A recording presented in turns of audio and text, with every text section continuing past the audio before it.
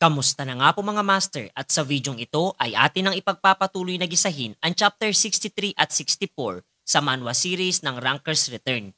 Kaya't atin na nga pong agarang umpisahan. Ninais na nga nitong apat na simula na ang kanilang pakikipaglaban kontra sa tumatayong pinakabos ng dungeon na nagngangalang Loton.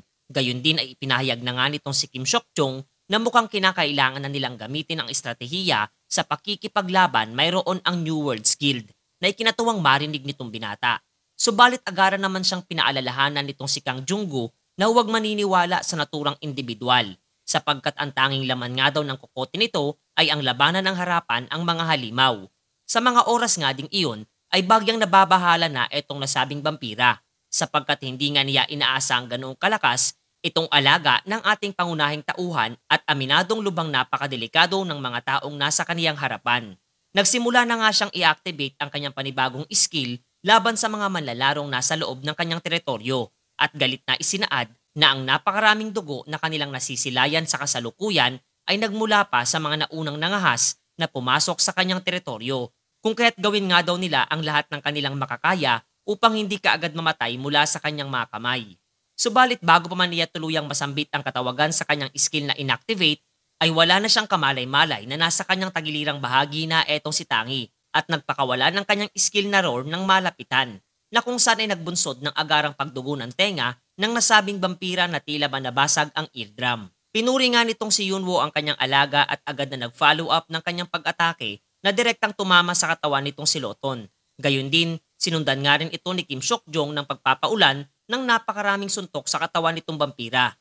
Sasali na nga rin sana sa kasiyahan etong si Kang Junggu, subalit natigilan nga siya nung kanyang mapuna itong tatlo na walang humpay sa kanilang pag-atake at tila ba nakadama ng bagyang awa para sa nasabing nilalang.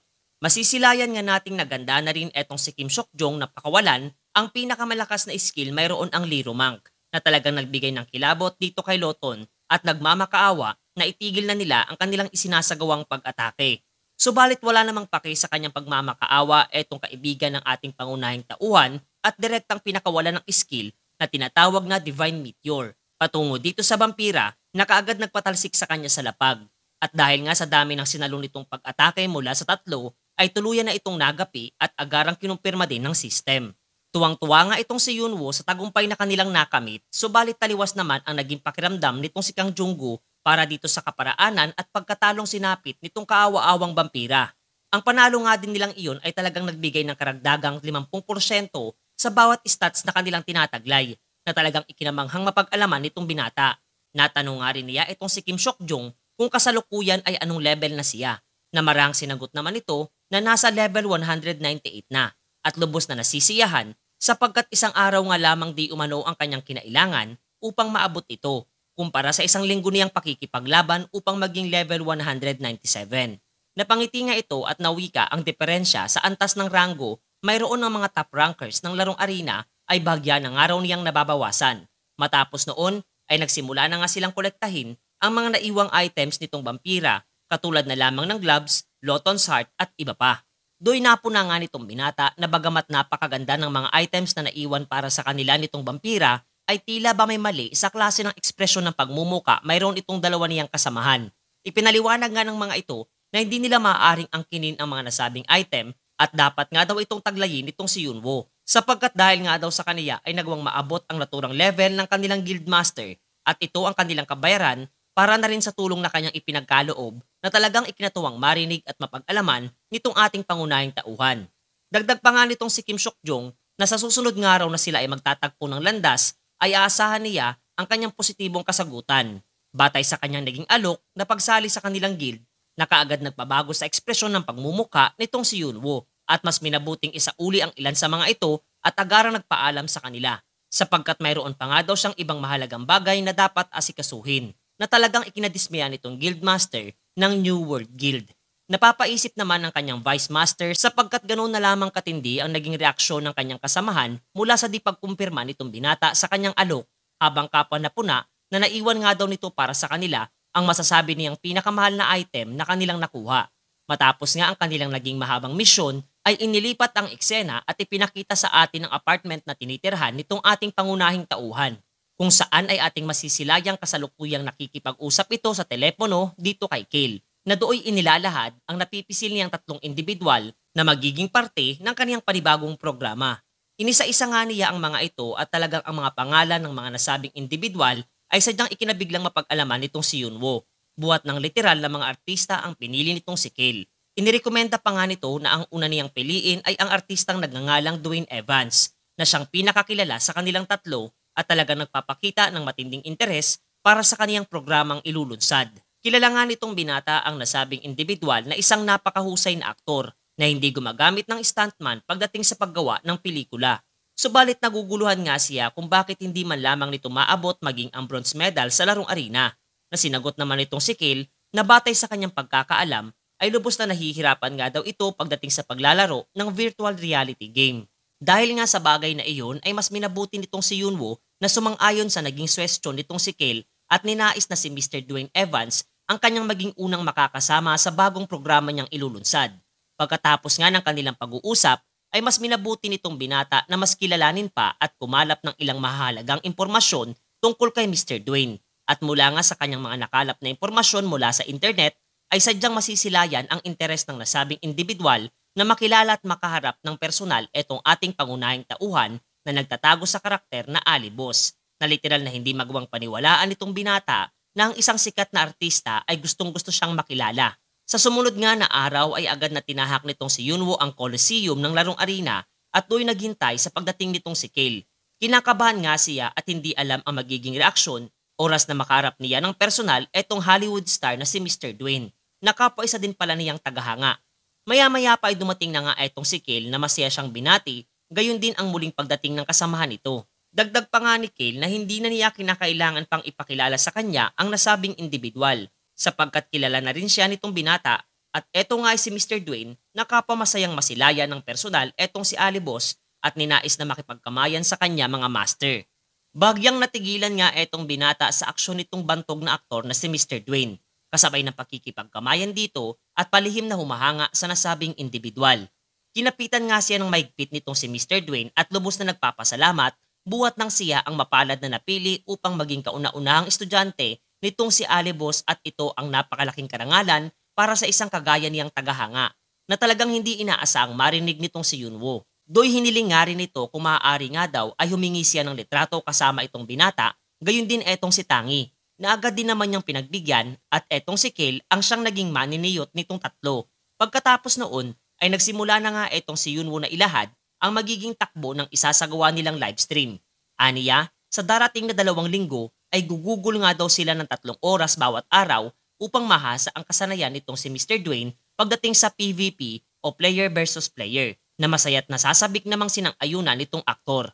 Kapwa nga inilahad nitong binata ang kasalukuyang ranggo niya sa Coliseum na nasa hanay pa lamang ng 67 million. Naguguluhan nga daw siya kung paano ang isang napakahusay na action star ay nananatiling nasa ganoon kababa lamang na ranggo. Hindi naman alam nitong si Dwayne kung paano ito ipapaliwanag.